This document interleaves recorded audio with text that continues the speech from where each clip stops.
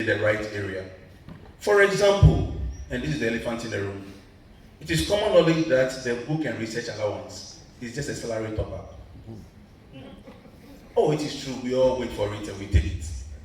But is it time to look at it again and ask whether the sum being used for the book and research allowance can be better applied in other areas? It's a big question, but it needs asking. Should we have a research fund that is competitively bid for clearly earmarked projects, so that we fight for our salary elsewhere, or shall we continue to receive book and research allowance that in the day of judgment, they will say, Professor Dodoo, where is your book and research allowance, and where are the books, and where is the research? Praise the Lord. Issue number 2. In a country like Ghana with so much developmental needs in terms of infrastructure, energy, and services, I find it deeply disconcerting that there are several people without jobs and several jobs which are not done. Ghana has problems. We need houses, we need roads, we need all the community.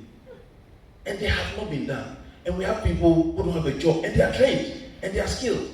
So, in the middle, something is missing. What is that something?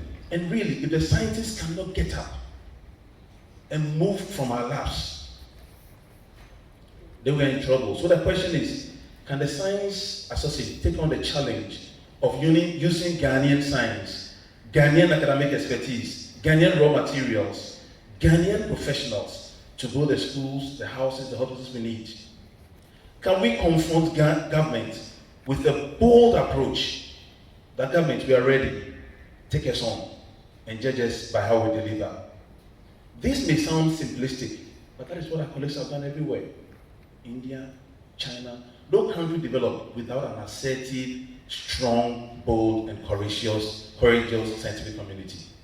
And my last issue, before I leave my thesis for the professors to mark, how do we bridge the industry research divide? As the Ghana Standards Authority have maintained that our key task is to provide a convening point for industry and higher education to meet and solve Ghana's problems today. If we have a problem of exports, we need laboratories, we need experts to test it, we do it. The time for talking has passed. Wealth creation and industrialization require certain fundamentals to make Ghana competitive. This includes the ability to measure, to calibrate, to test. These are all embedded in science. Indeed, the Science Association is a key for Ghana's success. And without Ghanaian scientists taking on the leadership, all the good work our Honorable President, His Excellency Nana Agbeko is doing will fall flat. So science must come to the rescue of Ghana. So as I take my last paragraph, Honorable Minister, Mr. Chairman, VC, we live in the modern world, and the fourth industrial revolution, or Industry 4.0, is already taken off and is driven by knowledge. Ghana has the women and the men needed to solve these things and to transform our economies.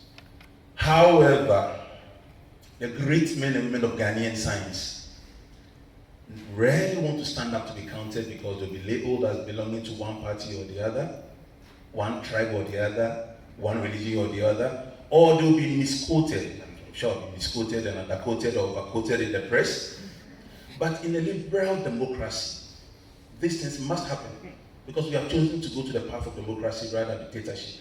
So ideas must flourish, and scientists must stand up to be counted. We should accept to be mislabeled, to be quoted, misquoted, and understood. But we need to be assertive. We need to be assertive to flaunt our knowledge at the doorstep of government. Government has a lot of noise coming to government. Why should they accept the words of Alex Dodoo and somebody else if I am not convinced about what I'm saying, to say it loud enough, and if I'm not willing to accept the responsibility which comes by shouting? So my challenge to you, Mr. President, Prof. Egan, is that the Ghana Science Association needs women and men who will be radical, who will be responsive, who will be relevant. It's time for us to tell the world that Ghana beyond aid is doable, thanks to science, technology, and innovation.